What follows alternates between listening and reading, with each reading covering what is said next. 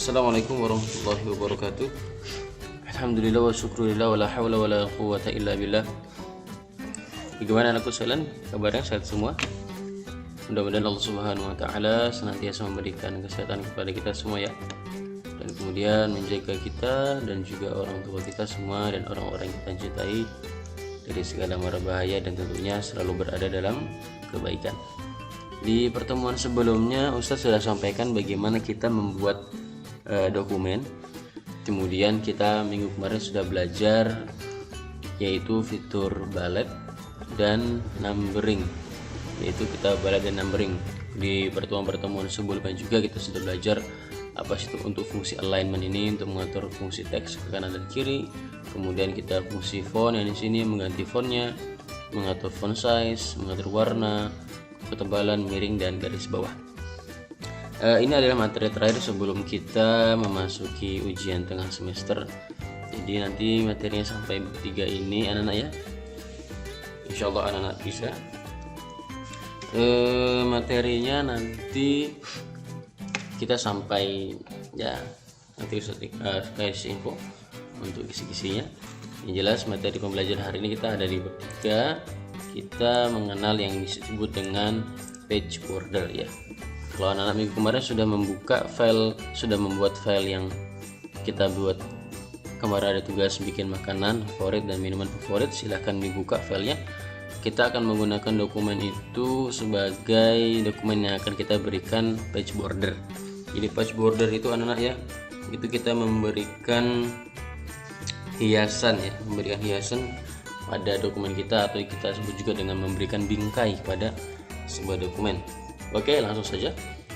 Caranya mengerjakannya begini. Jadi anak-anak semua sudah buka dokumennya. Kemudian kita masuk ke, karena sebelumnya Ustaz sampaikan bahwa Ustaz pakai yang 2019. Jadi menu page border itu adanya di desain. Kalau di sebagian Word yang lain di bawah versi 2019 itu ada di layout sini. Dia ada di bagian layout. Tapi atau kalau tidak salah di insert atau layout, saya lupa. Yang jelas kalau 2019 dia sudah pindah tempat, ada di bagian desain, dan dia ada di bagian sebelah kanan ini. Jadi di desain, kemudian bagian sebelah kanan. Kita klik saja ya. Jadi tampilan pertama nanti kalau kita klik page border itu tampilannya seperti ini. Jadi ada beberapa fungsi yang mungkin anak-anak bisa perhatikan dulu, akan saya jelaskan. Jadi di sini ada style ya, ada style. Pertama ada style. Style ini untuk mengatur jenis bingkai yang akan kita gunakan. Bisa garis, bisa garis tebal, garis putus-putus. Nah ini contoh-contohnya. Kalau mau lihat bagaimana contohnya ya, saya pilih dulu ini. Kemudian garis ini nanti mau kita taruh di mana. Jadi ini untuk mengaturnya ya. Nah, jadi kalau kita kasih klik, kalau ada hitamnya ini berarti kalau kondisi seperti ini berarti belum ada bingkainya. Jadi kita berikan ke bingkai atasnya, kita klik kanan, kiri, bawah. Ini masuk pilih yang pertama, kemudian di oke saja. Nah ada bingkainya, dia bergaris. Anda bisa lihat ya, dokumen Ustaz sudah ada bingkai garisnya. Nah kalau kita mau mengedit, kita kembali lagi ke page border, kemudian geser sedikit sini. Nah kemudian misalkan kita mau memilih jenis garis yang lain, atau yang ini kan, yang modelnya box ya, ada banyak ya bentuknya, yang box ini. Oke, kita bisa oke. Nah bentuknya pun berbeda, jadi dia ada 2 garis, hitam tebal dan hitam yang tipis. Kalau kita non, berarti kita membuat dokumen kita tidak ada garisnya. Jadi ini contohnya. Nah, ada banyak sebenarnya contoh-contoh daripada yang disediakan oleh komputer kita. Adapun color ini adalah warna dari garis yang mau kita berikan. Kalau tadi kan warnanya otomatis, berarti dia menyesuaikan otomatis dengan font color yang kita pilih di home itu. Sedangkan kalau kita mau membedakan antara warna garis dengan warna yang ada di dalam dokumen kita, maka kalau bagian color ini otomatisnya bisa kita ganti menjadi warna yang lain. Apakah kuning? Misalkan kita ganti kuning ya, bisa dilihat ya, warnanya menjadi warna kuning ya, Anda bisa lihat. Atau misalkan di dalam page border juga Ada juga yang disebut dengan width. Jadi width ini untuk mengatur ketebalan daripada garis atau bingkainya. Ini 3 pt. Poin bisa rubah misalkan menjadi 6 pt. Kemudian Ustaz oke kan? Ya, garisnya lebih tebal ya. Lebih tebal dibandingkan dengan sebelumnya 2 kali lipat. Nah, Ustaz page border lagi kalau misalkan Ustaz kecilkan jadi 1,5 pt. Kemudian Ustaz oke. Ya, dia menjadi sangat kecil. Kemudian ada yang selanjutnya adalah yang disebut dengan art ya. Jadi art ini kita memberikan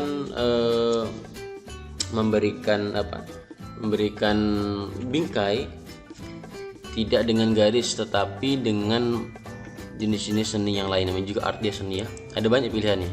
Misalkan pakai gambar buah. Nah, jadi buah kita coba ya. Oke. Tuh.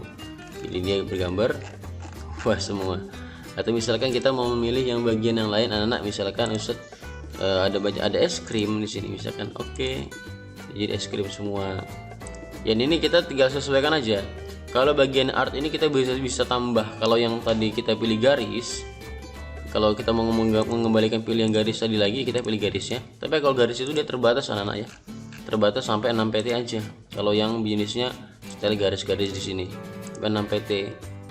Nah, kalau misalkan anak-anak mau menggunakan art seni, itu nanti size-nya bisa terserah kita. Misalkan pohon. Nah, kita bisa mengatur sendiri. Ini 31 pt besarnya. Kita oke saja. Nah, seperti ini. Misalkan ini Ustaz kurang besar, ya sudah, tinggal anak-anak sesuaikan. Mau ganti berapa? Misalkan ganti 50 pt. Bisa lupa maksimalnya berapa di sini. Oke. Oh, maaf. Maksimalnya dia benar 31. Maksimal daripada size yang bisa dimasukkan dalam page border itu adalah 31 pt. Jadi range yang anak-anak bisa input itu adalah 1 sampai 31. Misalkan ya kegedean berarti ya kita mau ngecilin misalnya 1 ganti 15 pt kita oke kan. Nah, menjadi kecil. Jadi ada batasan juga ternyata. Jadi ini kalau anak-anak mau memberikan sebuah bingkai dalam gambar, kita bisa menggunakan bagian ini. Kita pilih apanya, shadownya kah, kemudian ini ada 3D, kemudian ada setting dan sebagainya. Itu menyesuaikan yang ada di sini. Nah, 3D segala macam. Oke, misalkan. Nah, ini sebenarnya yang ada di bagian sebelah kiri ini yaitu menyesuaikan saja dengan yang ada di sini. Box, shadow, kemudian seperti ini nanti bentuknya. Oke kan. Jadi ini memberikan tambahan efek. Dari sebuah garis. Misalkan garis kita pilih bagian yang ini, garis satu solid, kemudian kita atur menjadi 6 pt. Nah, kita bisa menambahkan shadow atau menambahkan bayangan dari sebuah gambar itu. Kita bisa berikan bayangan juga. Atau misalkan 3 dimensi. Kalau 3 dimensi tidak ternampak, kita bisa melihat previewnya di bagian sebelah kanan. Atau custom, atau misalkan itu. Jadi kalau shadow berarti ada bayangan itu saja seperti yang ada di sini. Nah, bayangannya ini bisa kelihatan ya. Atau shadownya belum diganti warnanya, kita ganti misalkan warna kuning. Maaf, yang berubah adalah warna depannya. Kalau shadow seperti dia mengikuti default, karena memang namanya bayangan itu kan dia hitam.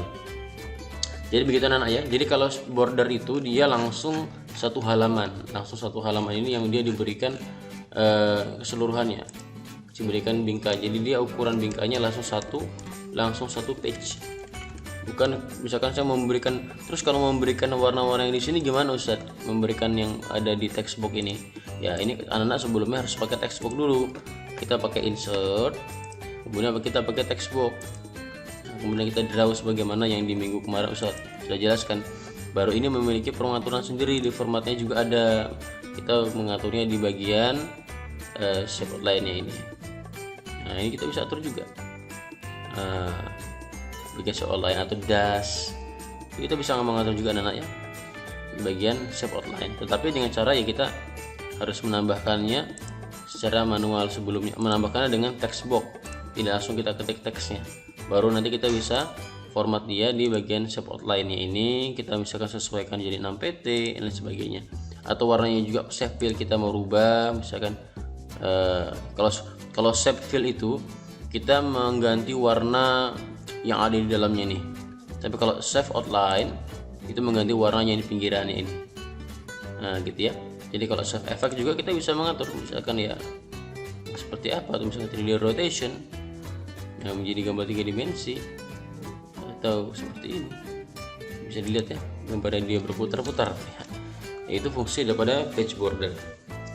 Jadi anak-anak silahkan coba yang tugas kemarin itu diberikan page border bisa atau tidak. Nanti di akhir pembelajaran ini Ustadz ada sedikit pengayaan sebelum kita, jadi ya sedikit pertanyaan-pertanyaan terkait dengan pembelajaran bullet and numbering itu sampai ke bagian page border, istilah-istilah yang Ustadz pakai.